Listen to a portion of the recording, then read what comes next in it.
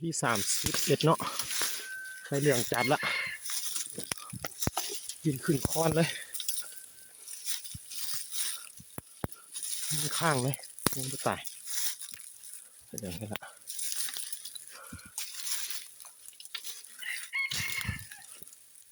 ข้างอยู่คอนเลยเนาะ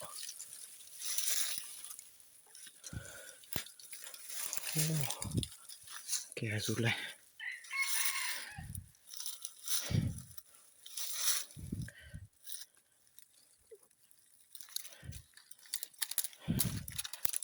โอ้โค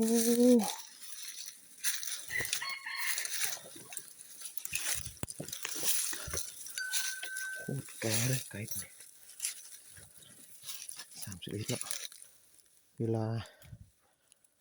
4 โมง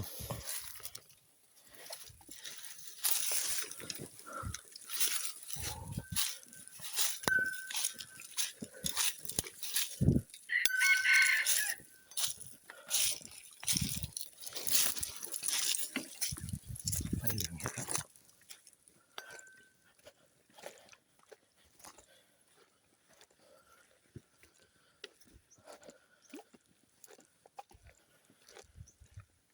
ไก่แม่ลำอยู่ไหน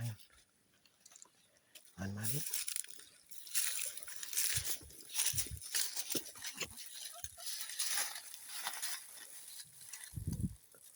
แก่สุดเลย